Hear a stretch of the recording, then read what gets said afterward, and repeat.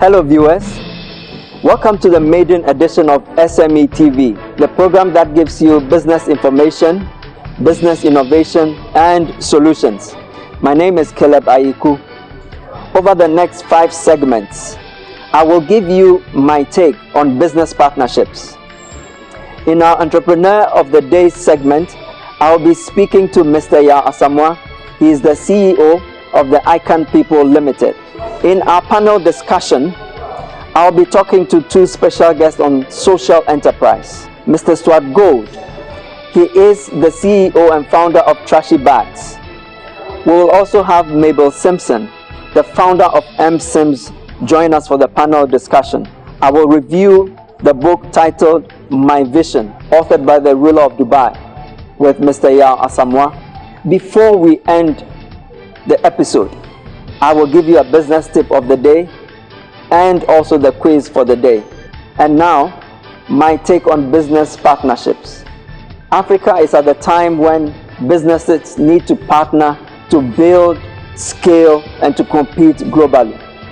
In every business sector today, we have small players. In transport, we have thousands of small players. In pharmaceuticals, we have thousands of small players. The game in Africa can change only if individual players in the different sectors come together and form strong business partnerships.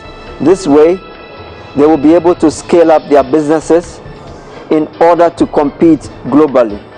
Remember that empires are forged through alliances, and it is time for African businesses to forge some strong alliances to compete globally. We will be right back.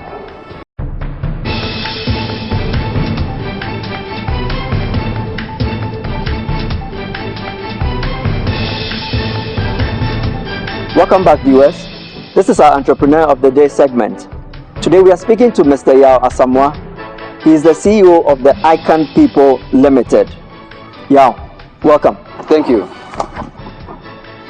Yao, I want to probe a bit into what do you feel are the topmost qualities for an entrepreneur to succeed? That's a very big and broad question to ask, but I think there are defining lines which every entrepreneur or business person should have. First of all, I think you should have values. Right. You should know what you believe in, what makes you tick. I think you should also have standards. Right. And you should also be idealistic. Other qualities you might probably want to venture. Idealistic? But business is practical. Look, every business has to be idealistic because you want to move from point A to point B. And for you to get to point B, it should be so much ingrained in your mind that you think you can achieve it without even much effort. And that's what I mean by being idealistic. And there are several examples of businesses which are very, very idealistic. Okay. Take CNN. Yes. CNN. Yes. So Tentena starts CNN. Yes. Then he says that, listen, CNN is going to be on till the end of the world. And at the end of the world, we'll be singing Nearer My God to Thee. Right. You start a business seeing the end in itself, you know. Okay, so that's what you mean. That's what I mean. Idealistic. Being idealistic. Okay. That's the passion which drives you in business. Right. Without it, there's no passion. Right. And I think, you know, it's very difficult to say, look, you need to be confident, you need to be articulate, you need all of these things are things you should have. So I'll say there are academic pursuits that you should have. Yes. But there are soft things you should also have. Right. You know, and soft things like living life in moderation. Okay. All of these. It's funny. Example: if you want 100 million contract, and you pass by the street, would you stand for the car to kill you because you don't know what to do with 100 million? Absolutely. So all of these things are things you need to learn, and it's a process. I wouldn't say there's one particular skill you need, but there are so many things you need to know and you need to do. Right. The people you need to interact with, the books you need to read. Right. You need to forego certain things so you can become a very good entrepreneur. Okay, I get you. So many things come together to produce that person. That's right. Yeah, you have children? Yes, I have children. You want them to be entrepreneurs? Everybody needs to be an entrepreneur. It's in your own interest that you are an entrepreneur. Good. An entrepreneur doesn't mean you've started a business. Right. Okay. I understand. So I want to prepare my children to be entrepreneurs. Yes. What can I expose them to? What must I do? Let them be responsible, first of all. So I have a 3-year-old daughter. She cleans the hall every morning before she goes to school. She doesn't know how to sweep, but it's mandatory that at least she holds the broom, messes the place up before she goes to school. She brings her toys to the hall, she scatters the whole thing around, but it is mandatory that she picks up her toys and take it to her room before she can go to sleep. Now, another thing we've also done is we have only one TV at home. We share the TV. Good. So she watches her TV for 3 hours. I watch mine for 2 hours.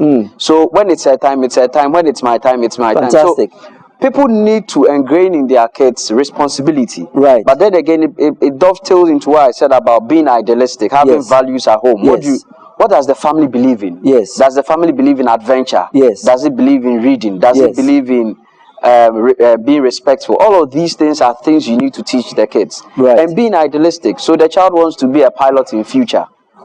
Is that a dream that you are propelling on a daily basis, on a constant basis? Are they reading the right books and all of those things? So there's no one single definition, but I think everything we do, our losses, our profits, the things we get wrong, the things we get right, if only you can learn the lessons well, then you'll be fine. Then you'll be fine, because there's only one benefit in life. It's the lessons you learn. So if you're not learning your lessons well, then you're doing a disservice to yourself. This reminds me about a statement by Bill Gates.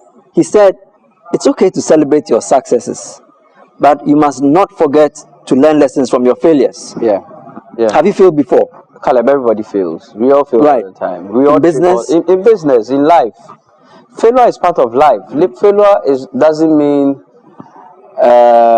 people have dejected you or anything. I think it's just a situation which you obviously need to go past. So we fail all the time. You lose a client, it's your fault, it's the client's fault, it's miscommunication. But you bounce back, you have a good sleep, or you just take a break and go and chat with a good friend and come back and still the struggle goes on. So you need a tough skin. Okay, so it depends on how you define tough skin. Whether tough skin is when you are in the wrong, you still say I'm in the right. Or tough skin is, look, I know I was wrong and I admit I am wrong and I'm willing to learn and learn from there. If that is tough skin, yes. But if it's political tough skin, no. So, you know, there's this notion that entrepreneurs are a bit greedy. You have how many companies? 4, 5? Yeah, so 5. 5. You are going to add more, probably. All things being. What's the motivation? What's the drive to keep going, to keep growing? So I always make this analogy that usually, so people in maybe Africa or Ghana, not even Africa or Ghana, but usually people start business as a means to an end. So he started a business so he can go to a good school, or he can live in a good house, or he can marry the most beautiful woman in the world, or buy the nicest car. That's a means to an end. But when you take business as life, so you're not looking at business as an end, but you're looking at business as something which can turn your life or people's life around, then it's different. So if you look at business as a means to an end, then obviously you will be greedy. And you will get tired very quickly too. Because if you get all that you're looking for, what next? Then what next? But if you take business as, look, it's a revolution, we need to change how things are like. So if you take, let's say, Google.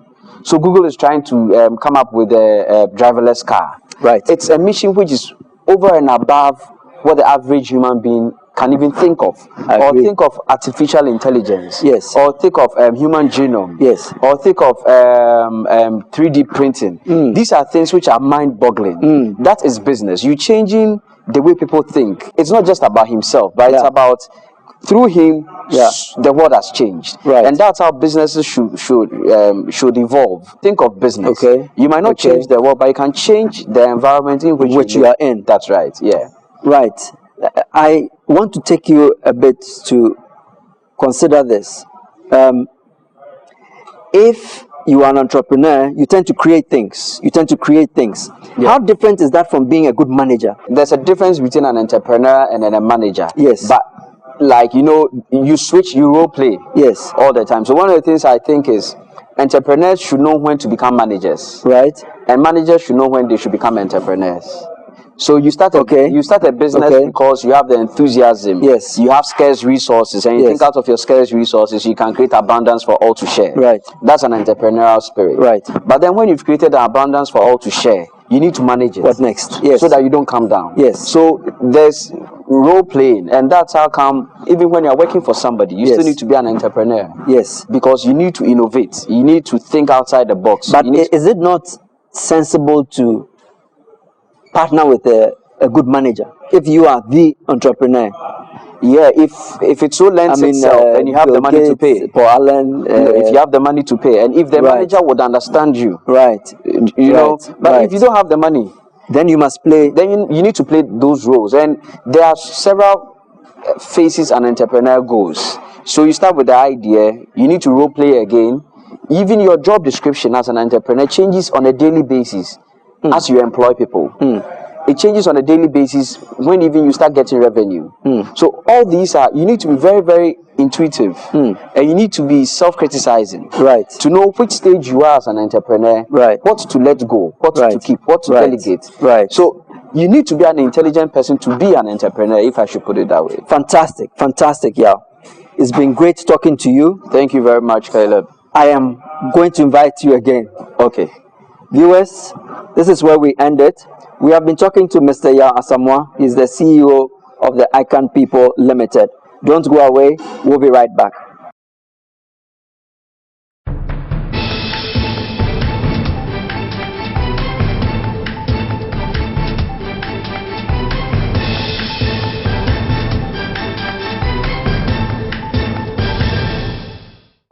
Welcome back, viewers, to our panel discussion segment. Today we'll be exploring social enterprises in Africa. And I have with me Mabel Simpson. She's the founder of MSIMS. And I also have with me Mr. Stuart Gold. He's the founder of Trashy Bags. Welcome, lady. Welcome, gentlemen.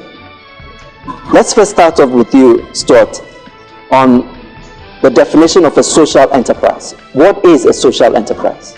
Well, I think social enterprise is kind of a loose definition, but it's basically a profit-making or non-profit-making company that has been set up to solve a particular problem, usually a social problem or environmental problem.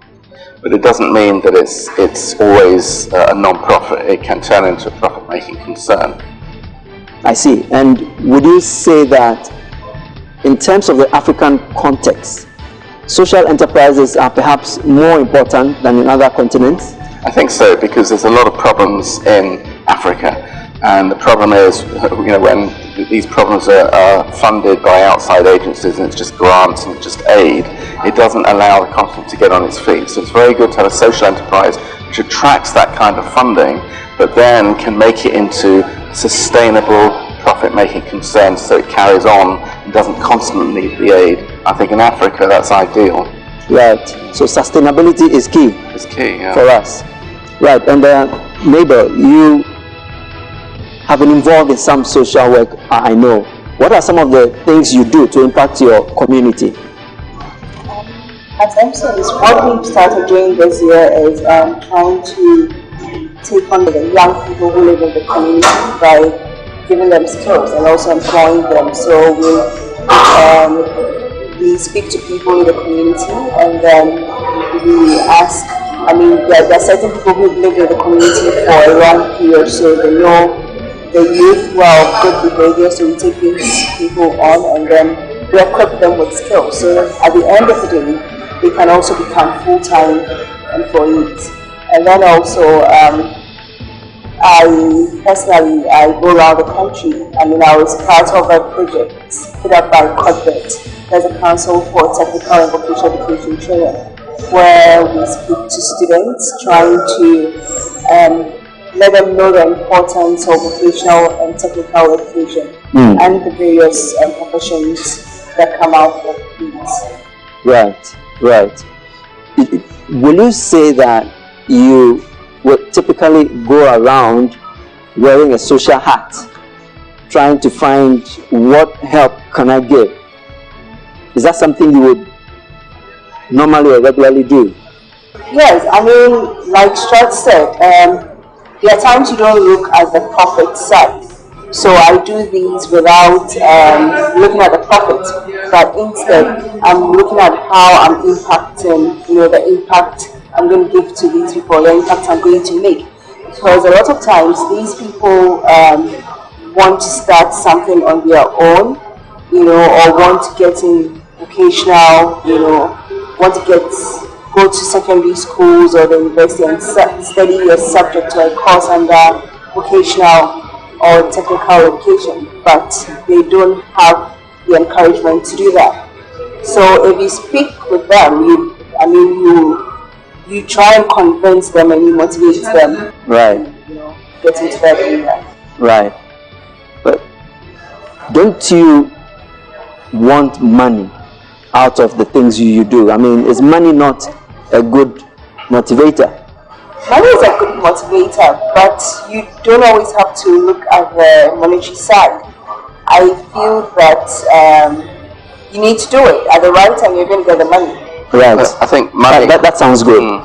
Money and profit are two different things, really. Right. See, right. Money that just keeps your workforce going so they can actually have a job. That's right. Is different to profit. From profit. So right. So we're a non-profit. Right. That means that if we do make a lot of money one year, that money goes back into the company, and it's used to develop the company. It doesn't go into somebody's pocket. That's so right. The owns our company. That's right. So I think you've got to separate the two. Yeah. Well, thank you very much, Mabel. Thank you very much, Stuart. Viewers, we'll be right back. Keep watching SME TV.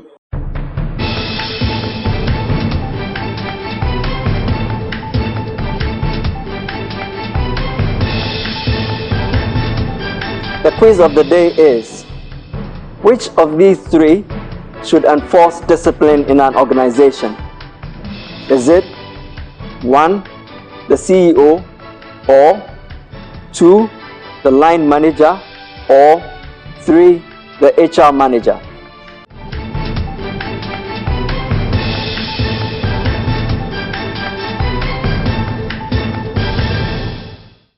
The correct answer is 2, the line manager.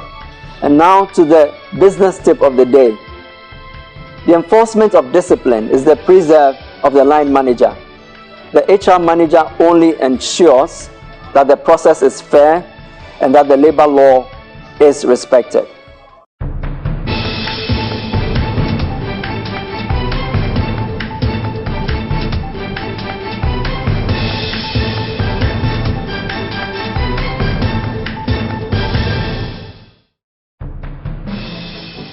Welcome back, viewers. This is a book review segment. Today we are reviewing a book by the ruler of Dubai. His name is Mohammed bin Rashid Al Maktoum. The book is My Vision. With me, I have Yao Asamoah. He is the CEO of the Icon People Limited. Yao, tell me what you learned from this book and why all entrepreneurs must read it. I think Al Maktoum tries to differentiate who a leader and a manager is, and he goes ahead to talk about excellence and the fact that there's no end in sight in excellence. You continue to innovate, you continue to improve on yourself, and even when you think you're doing your best, there's still room for improvement. Then he talks about the fact that he's trying to create a civil service in Dubai which is comparable or even superior to the private sector. What? Superior to the private sector. So you go to Dubai and you look at their public sector, even their police drive the smartest cars in the world. They are on point when it comes to dressing. Or you take even Dubai as a city, and some of the things they do. Yes. They are a Muslim country with the biggest Christmas tree. They celebrate 31st December like no other. They have the tallest building in the world. That is what excellence is about. And if you think about the fact that 30 years ago, Dubai was a desert. Yes. And how far they've come. Yes. You need to read this book. I see. So, for us in Africa, we need good rulers, good leaders. I think differently when it comes to Africa's situation. Fine, we need good leaders, but I also think that in terms of citizenry, we also have a part to play. Absolutely. And I don't think the citizens are playing their part well. Right. And I know it's a whole debate, but I don't think our problem in Africa can be limited to leadership. I see. Yao, thank you very much.